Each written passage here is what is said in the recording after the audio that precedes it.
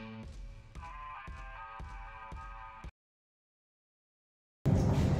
bersama, kembali lagi dalam podcast Pesta Rama 9 bersama aku ada lagi Farah Media Dan aku Andrea atau Asis. Nah, kali ini dalam podcast Pesta Rama 9 akan masih membahas mengenai penyutradaraan. Hanya saja ini adalah part kedua dari tayangan sebelumnya. Nah, kita masih ditemani oleh narasumber kita yakni Kak Elis selaku sutradara Pesta Rama 8. Tepuk tangan dulu dong. Dan juga kita akan ditemani oleh dua sutradara dari teman-teman Pesta Rama 9. Kita sambut Kak Hesti dan Kak Aji.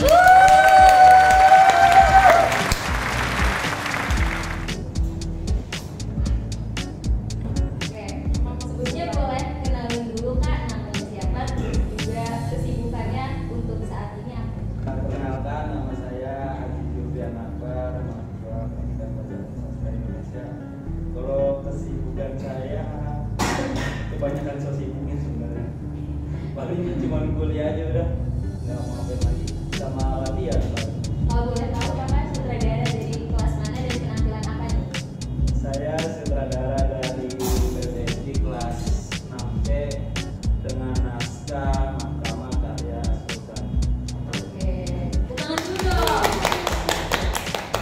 Selanjutnya untuk sutradara berikutnya coba bisa kenalin nama, terus juga apa nemuin pementasan apa di kelasnya, terus juga kesibukan selain dari sutradara di kelas.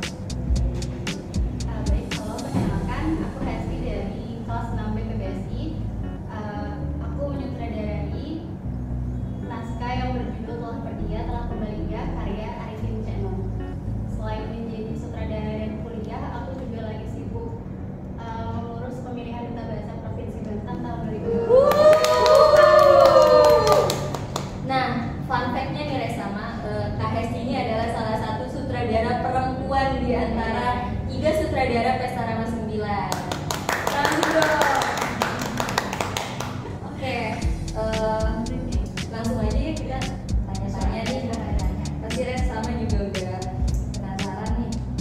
Untuk pertanyaan pertama, bagaimana sih cara sutradara melatih para aktor dalam mempersiapkan diri baik secara fisik maupun mental untuk pertunjukan nanti? Mungkin dimulai dari pengalaman Kak Elis dulu kan? Ya, silakan Kak Elis.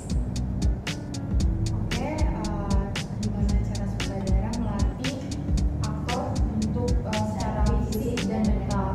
Kalau secara fisik ya seperti yang teman-teman lakuin juga, ada latihan dimulai dari lari, terus ada juga olah rasa, olah suara, banyak hal-hal yang kita pelajari kan dari situ. Dan itu tuh kan misalkan dari segi fisik itu tuh paling utama ketahanan tubuh gitu. Gimana caranya nanti tubuh kita ajak di atas panggung gitu.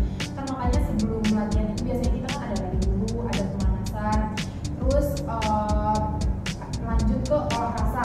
Biasanya kalau aku tuh bikin misalkan malam besoknya latihan, malam itu mikirin besok kira-kira latihan apa ya, bentuknya seperti apa, misalkan bentuknya poster-poster atau latihan olah rasanya itu dengan cara membuat suatu adegan gitu. Banyak sih sebenarnya, cari aja referensinya di sekarang kan media sosial banyak ya. Dari situ bisa. Kalau olah mental itu kan berarti kesanggupan dari aktor untuk memerankan peran tersebut gitu ya. Nah itu tuh kan kalau saya pribadi waktu di Kocak Kacik itu tuh pertamanya kami tuh sutradara kan ada 3 itu mikirin dulu kira-kira mereka itu cocoknya jadi apa. Dan setelah kita mikirin itu kita juga nggak lupa tanya di kelas kira-kira kalian maunya memerankan apa menurut kamu. Misalkan Hesti di naskah ini kira-kira kamu lebih suka dan lebih masuk ke aktor yang mana gitu. Nah dari situ kan si aktornya sendiri juga udah menyiapkan mentalnya dia gitu.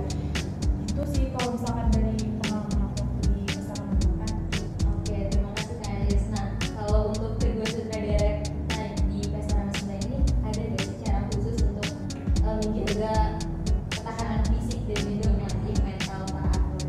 Mungkin Kak Adi bisa disampaikan.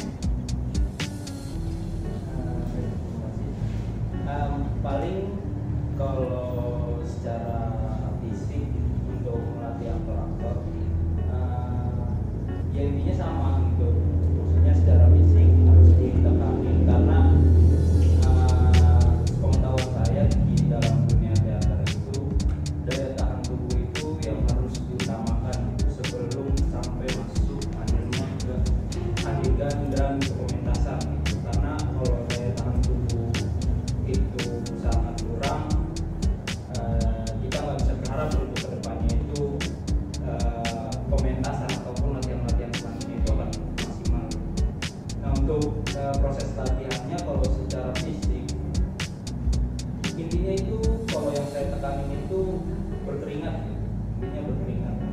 karena saya berfokusnya pada aktor-aktor itu lebih kepada penguatan kaki sih kalau menurut saya. Tapi tetap maksudnya seluruh anggota tubuh itu perlu diaktifasi oleh seorang aktor itu, mulai dari kepala, terus leher, pundak, tangan, terus pinggul, paha, terus pergelangan kaki, dengkul, dan jari-jari pun harus ikut diaktifasi karena untuk persiapan seorang aktor itu memerlukan daya tahan tubuh yang kuat, paling itu secara fisik.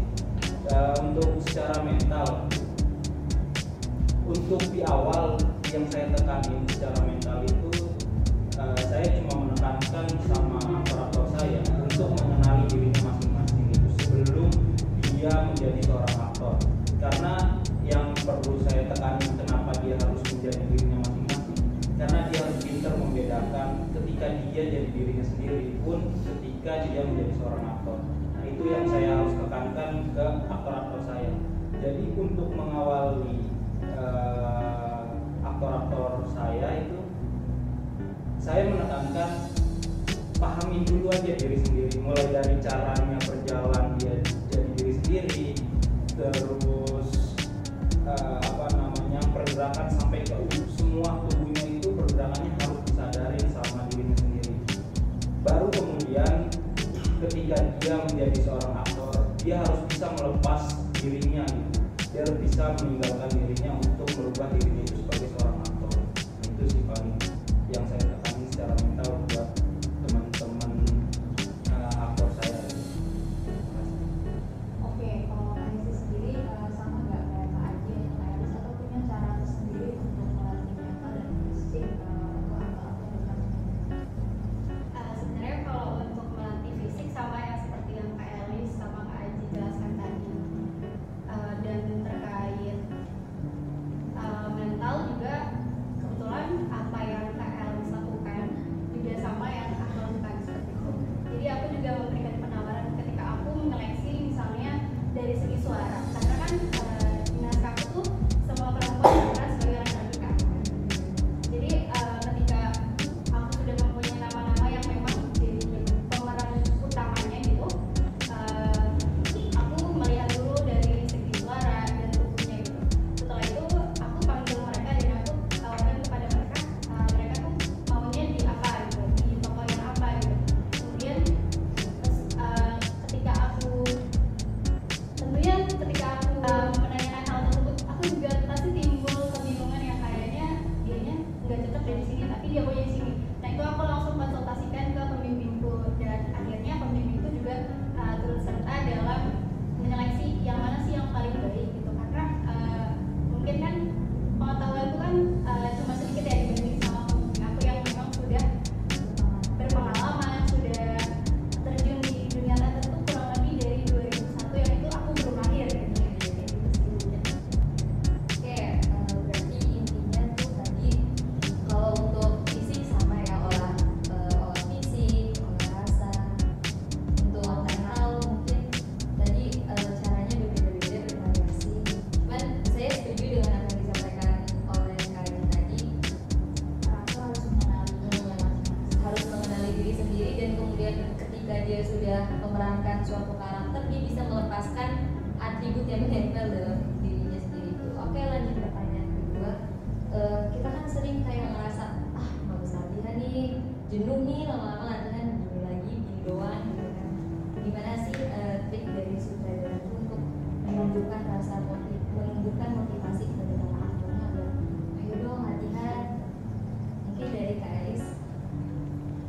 Jangan jadikan latihan sebagai beban, karena kita ini kan pentas selain memuaskan nantinya mata penonton, itu juga kan membingungkan, ya kan? Tapi jangan jadi ini beban, karena kalau misalkan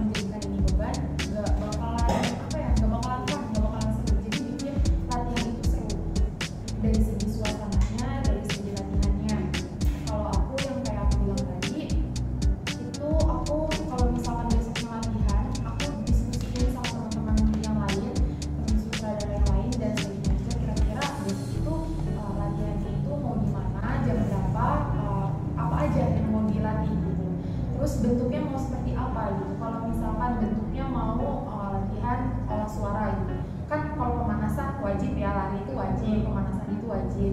Terus misalkan mau olah suara, oh hari ini olah suara kira-kira apa nih, nyanyi atau AIPO atau apa, bentuknya tuh sebenarnya pas latihan teater setelah aku ikut magang, kan aku waktu itu kan pengalaman itu dari magang ya, dari magang di Pati, terus dari teman-teman di sini juga sharing, teman-teman Pesarama 8 gitu kan, antara satu kelas dengan kelas lain, dan ada juga yang cutting atau sharing lagi bareng sama kru teater yang lain. Itu tuh sering-sering sharing aja sutradara sama mereka, biar kita tuh bisa dapat, mungkin ada hal yang misalkan belum aku terapin, terus aku dapat dari Hesti, oh bisa aku terapin nih gitu. Jadi ya bikin latihan seseru mungkin biar latihannya nggak jenuh gitu. Dan kalau kayak gitu juga lihat frekuensi latihannya juga, ya nggak sih? Dan kira-kira waktu latihannya tepat nggak untuk waktu latihan gitu. Kan kadang kalau waktu latihannya siang, misalkan jam 1 siang atau jam 2 siang, itu kan waktu-waktu yang rentan buat latihan gitu. Jadi ya banyak sih hal-hal yang harus diperhatiin, gimana caranya biar nggak jenuh. Itu sih. Oke, kalau untuk Kak Hesti nih, gimana pendapatnya? Kalau tadi pas latihan ya, Bukan motivasi. motivasi supaya anak-anak gak malas-malasan gitu. Sebenarnya aku selalu tekankan ke mereka bahwa ini pentas tuh bukan milik aku, ini milik kita bersama. Jadi mau nggak mau kita harus turut serta, karena kalau bukan kita siapa lagi gitu. Dan kita juga kan selain mengejar nilai, pastinya juga kan mengejar rasa pertemanan kayak gitu. Jadi jangan malas-malas gitu, karena kalau misalnya menurut aku ya, kalau misalnya salah satu orang aja malas, itu tuh sangat berdampak ke yang lain gitu. Betul, menular juga energinya. Terus juga aku suka bilang ke mereka, kalau misalnya ada pembimbing itu, kalau misalkan adegan muka kita malas tuh kelihatan banget, dan aku juga gak enak sama pembimbingnya. Jadi aku selalu bilang ke mereka, kalau misalnya di panggung ya udah profesional, sebagaimana kamu sudah memilih apa yang kamu pilih gitu. Oke, jadi harus bertanggung jawab sama apa yang dia pilih. Nah, untuk kalian sendiri ada nggak trik khususnya untuk membangun motivasi pada para aktor? Kalau secara trik ya, untuk membangun motivasi seorang aktor itu untuk tidak bermalas masuk latihan. Pertama yang saya lakukan itu menanamkan dari tiap-tiap aktornya gitu ketika latihan. Pertama yang saya tekanin ke teman-teman aktor saya itu, jangan pernah kalau kita anggap pentas ini tuh hanya sebatas keperluan untuk nilai. Itu yang pertama saya tekanin. Karena apa?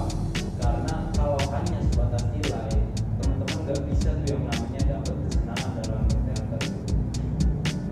Nah, untuk selanjutnya, ketika ada titik jenuh, pasti akan ada gitu yang namanya titik jenuh dalam proses latihan. Nah, di momen-momen titik jenuh itu yang saya lakukan itu kita tinggal timeline latihan kita sebentar. Kalau saya itu lebih melakukan olah rasa. Kalau misalkan sudah dijenuhkan, kenapa olah rasa gitu? Nah, olah rasa yang saya lakukan itu tujuannya ya untuk meningkatkan kemauan dari setiap aktornya itu untuk terus berlatih. Selain motivasi yang saya berikan itu, maksudnya saya juga akan memberikan olah rasa, bentuk-bentuk rasa gimana caranya seorang aktor itu akan merasa lebih nyaman gitu ketika latihan. Mulai dari rasa-rasa sedihnya ketika latihan, terus serunya ketika latihan, bahkan senang-senangnya ketika latihan. Nah, di situ proses latihan ketika ada titik jenuh sama latihan gitu. Nah, itu sih yang saya lakukan. Berarti intinya tuh cara untuk menumbuhkan motivasi kepada para aktor, pertama jangan jadiin sekolahnya itu beban, Terus jangan hanya mengejar nilai, tapi kita jadikan ajang untuk mencari pengalaman atau untuk saling berhubungan interpersonal bersama teman-teman kelas. Mungkin yang selama ini kurang dekat jadi dekat. di bawah seru aja, jadi selama latihan akan fokus dan profesional. Oke, mungkin ini pertanyaan terakhir. Bagaimana sih cara sutradara dalam menjaga hubungan interpersonal? Karena ini kan hubungan interpersonal merupakan hal yang sangat vital dalam proses penggarapan hubungan ini. Nah, bagaimana cara sutradara menjaga hubungan interpersonal para aktornya agar tetap kompak dan harmonis selama mempersiapkan pertunjukan ini? Mungkin dari Kak Elis boleh sharing pengalamannya. Oke, kalau misalkan dari saya berkaitan dengan gimana cara menguatkan hubungan antara ya di kelas gitu ya. Gimana ya? Kalau misalkan saya tuh biasanya abis latihan kita tuh ada diskusi. Jadi sebelum pulang tuh biasanya ada kumpul dulu bareng-bareng. Terus habis itu ya evaluasi, terus kesah kalau misalkan ada waktu tertentu nggak setiap hari sih biasanya tuh kesah. Dan pasti kalau misalkan pesta drama itu kan drama ya, bukan drama di dalam drama itu pasti ada gitu.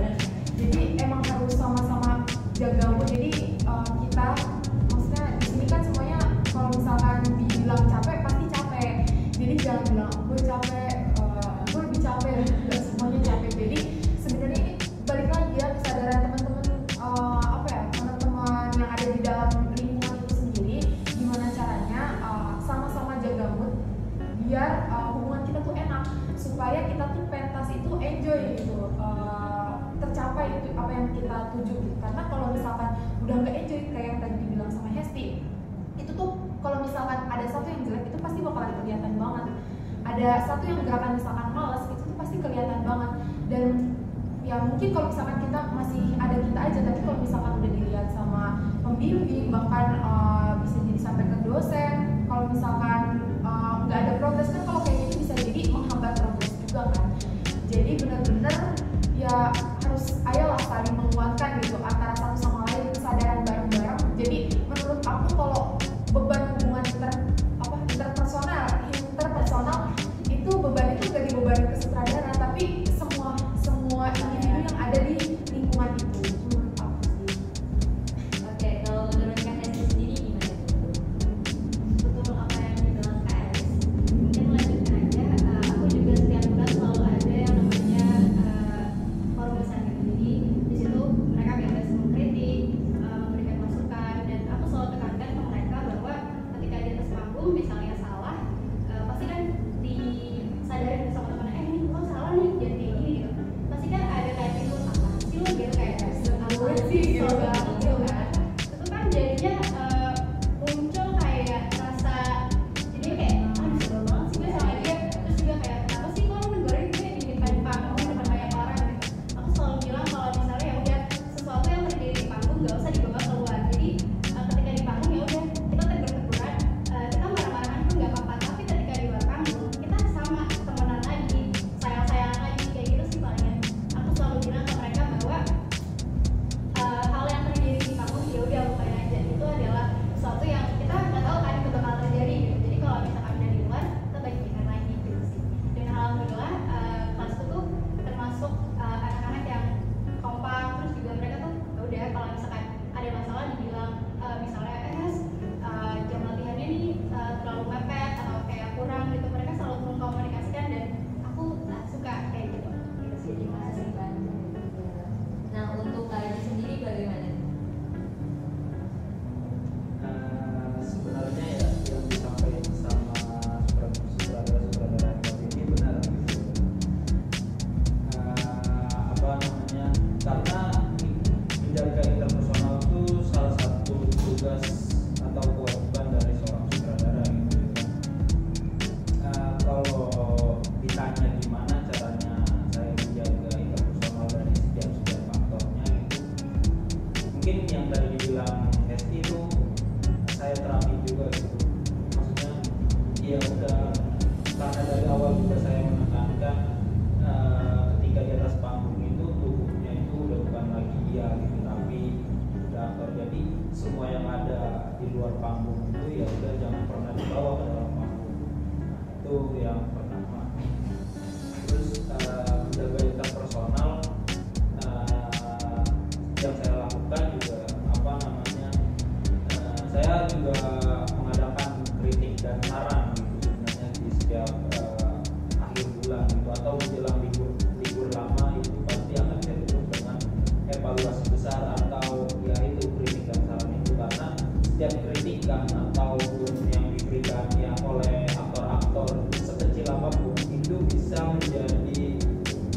sesuatu yang besar gitu, karena sekecil apapun kritikannya ketika diperbaiki itu akan menjadi hal yang luar biasa sih menurut saya gitu. Jadi untuk menjaga interpersonal ya kalau dibilang progres interpersonal gitu ya dari kelasan saya sendiri nggak terlalu bagus, tapi